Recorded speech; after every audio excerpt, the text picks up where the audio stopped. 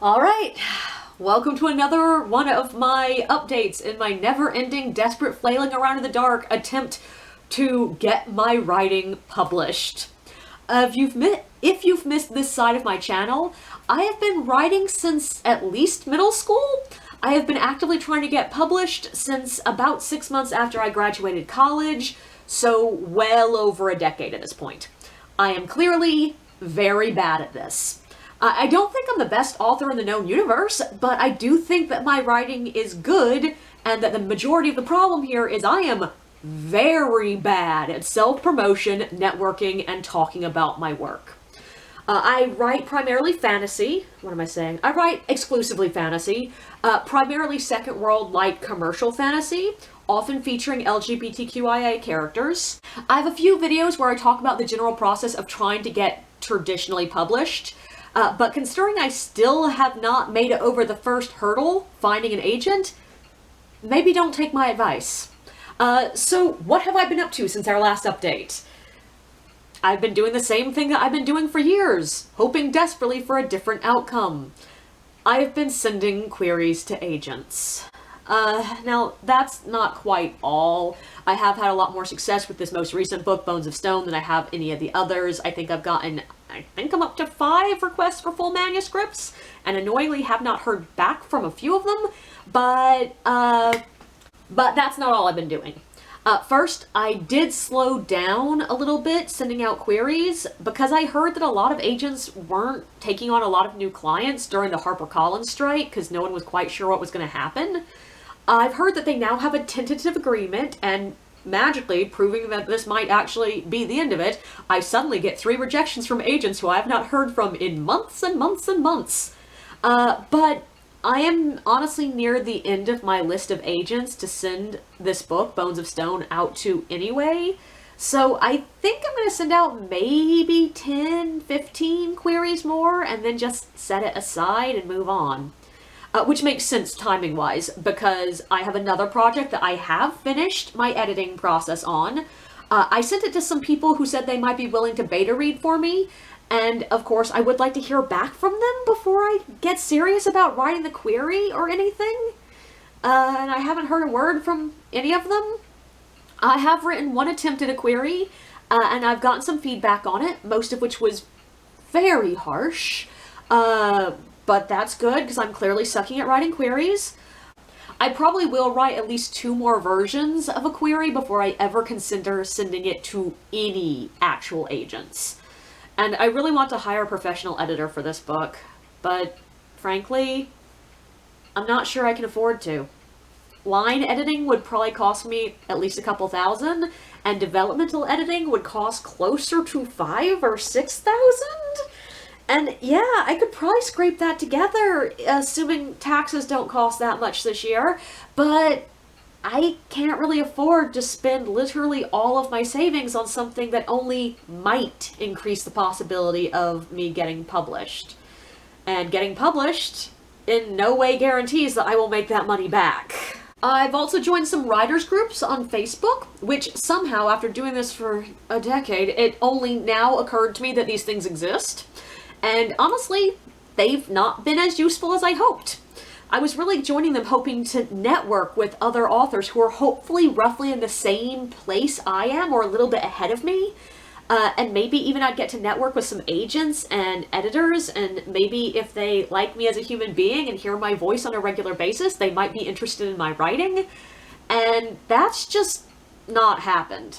Largely because I'm not good at networking. I don't know how to do this. I put myself out there and I sound ridiculous. And more to the point, I don't sound like me, because I've then by that point read over whatever post I'm planning on making about 7 million times. And objectively, if I was better at networking in the first place, I doubt I would still be in this position after more than a decade of trying to get published.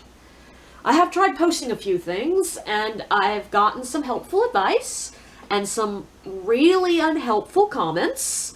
I had one interaction that I thought might lead to some form of mutually beneficial connection, but then it went nowhere. I've gathered a lot more info on exactly the steps and process of indie publishing, which I guess is nice.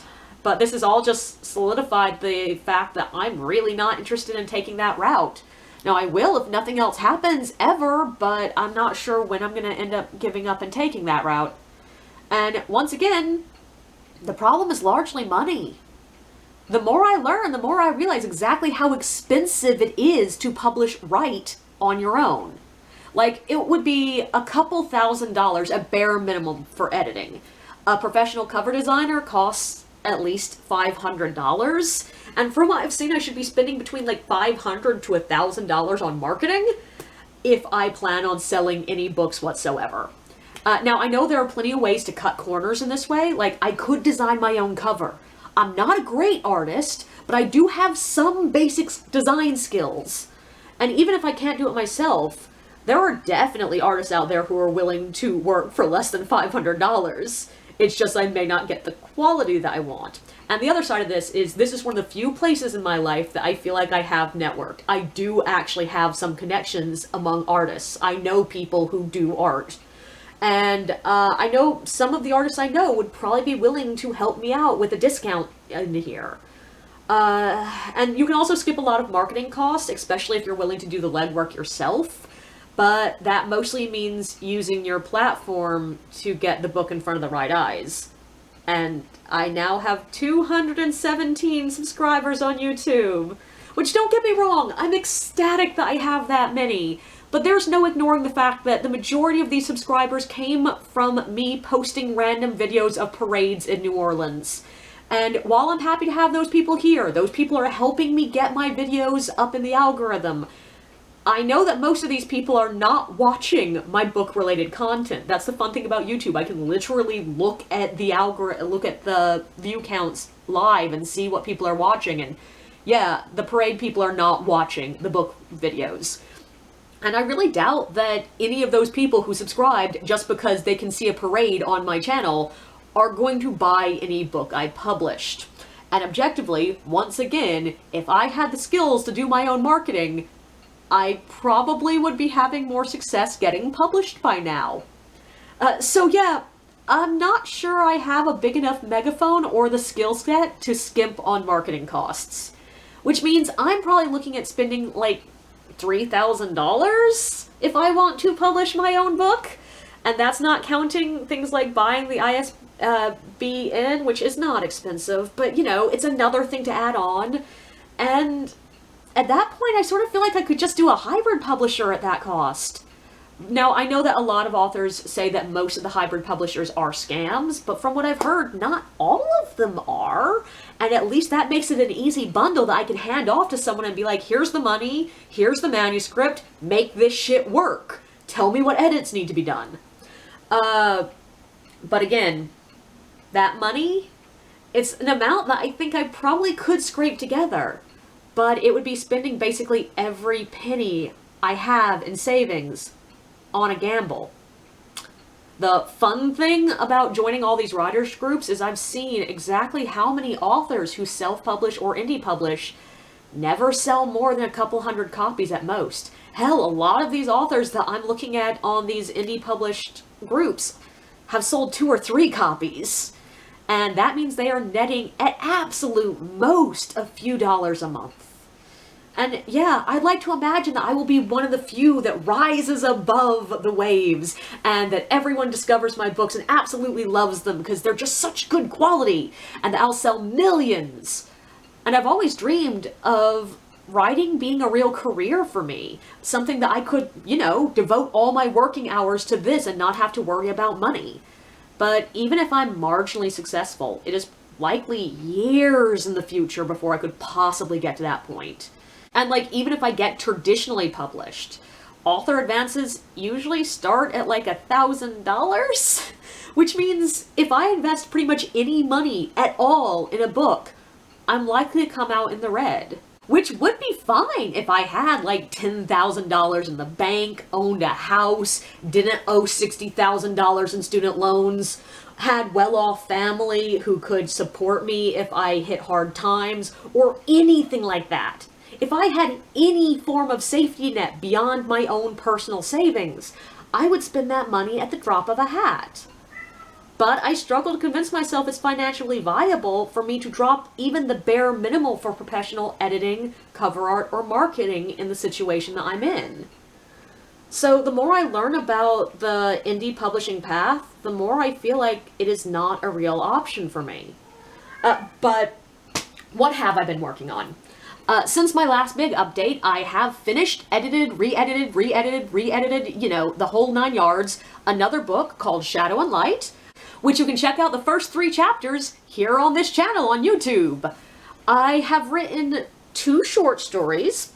One that I think doesn't work as a short story at all, like it does not have the shape of a short story and it's too long and there is no way to edit it down without losing the majority of the story. And on top of that, it's super obvious that this is just early adventures of characters that are coming from a book that I have not yet written.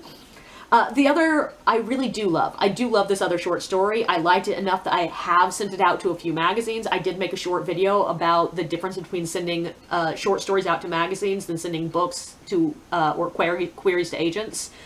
And I have gotten a good number, all of the ones I sent out have gotten rejections, and a couple of the rejections offered some actual criticism. Like the biggest difference I've noticed between sending queries out to agents and queries out to lit mags is every single lit magazine that I have queried sent back at least some form of criticism. Some of it was very passing and like, oh, this is a little bit long. Some of it was a little bit more helpful and in-depth. And some of it made me rethink the story, like question if it worked at all. And because of that, I stopped sending it out to lit magazines and sent it instead to a couple of friends to get their opinion. And then those friends didn't get back to me, and I just didn't send it anywhere else for a while. During that time, I did start another short story, which is now 50 pages long, and so it's just not a short story. And I think I can edit it down, but I am not going to be able to edit it down to the length of a short story. And I'm not even officially done with it yet. Like, there's still at least 1 more scene, actually 2 more scenes that need to be written. And so I have no idea what I'm going to do with this project that is too short to sell as a novella and too long to sell as a short story. And also, novellas, from what I understand, are not easy to sell. Kitten, could you stop screaming in the background, my love? Baby. Give me a moment. Cats. I've also written well over 100 pages on another book before suddenly something felt off about it and I just set it aside to think about it for a bit. I've also been working on another project entirely, a book of funny vignettes I've overheard on my job as a tour guide in the French Quarter of New Orleans. I'm sort of running on the assumption that this is something I am going to self-publish instead of sending it out to agents, specifically because I think this is something that if I can get a physical copy, or more than 1 physical copy, if I can get, 50 physical copies, I can probably get it into some of the souvenir shops down in the quarter, or maybe even, get a booth and sell it on the streets where the artists sell stuff. And yes, that does cost money, but doesn't cost as much as, marketing on Amazon. But the book's not coming together very quickly, largely because I have no passion for this project. Like, it's a fun idea. I enjoyed writing the initial vignettes from what I heard in the quarter, and I've been posting them on Facebook for years now, and it's something that I could add to my bio, especially if I do manage to sell it relatively well, but it's just a lot of menial work putting it together. And it's undeniably going to be a case of me buying however many copies and trying to sell them on, which I'm not 100% sure how to do. I'm not sure how financially it makes sense. If I went through a company like Amazon, then I'm paying a good amount to get the copies, and then the copies have to be sold for more, and I'm not sure how financially all this works out. And I'm also just not looking forward to dropping that initial investment to get the physical copies so that I can sell them. And so, because of this project just doesn't hold my interest, and every single time I have time to work on it, I'm like, ooh, look at this other project that I'm going to work on instead. Beyond that, I have honestly primarily been focusing a lot of my spare time on trying to build a platform. either to look marketable to traditional publishing professionals, or failing that, to build enough of an audience that I might actually be able to sell my books myself if I got them published on Amazon. Which, yeah, my platform is growing. I have over 70 book reviews on this channel now, as well as all my ghost tour guide stories. I've finally gotten at least one comment from another booktuber, which means the algorithm is showing my book review videos to people who have interest in books, which is a baby step in the right direction. TikTok has not been super useful to me. I think I have 93 subscribers and been sitting at 93 for 4 months now. And a lot of my videos still only get 2 or 3 views. And also I cannot consistently figure out why some get good views and some get none. But I've also made very little content specifically for that app, and most of the content I've made specifically for that app is just stupid videos of my cats acting weird.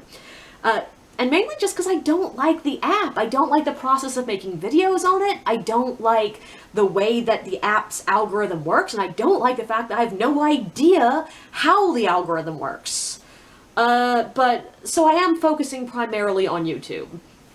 But I do have a presence on TikTok. Now, that being said, building a platform, I knew this was not something that was going to go quickly. And I just didn't want to keep treading waters by doing the exact same thing for another, 10 years, just constantly sending out queries with nothing else going on. I'm still not entirely sure that I am doing more than just treading water, but I'm trying. And most of the other things that I can see online that I can try require money, which I don't have a lot of. So now that the HarperCollins strike looks to be over, I might go back to the mines, desperately trying to hit the right agent who will think this book is sellable at exactly the right moment. So, wish me luck.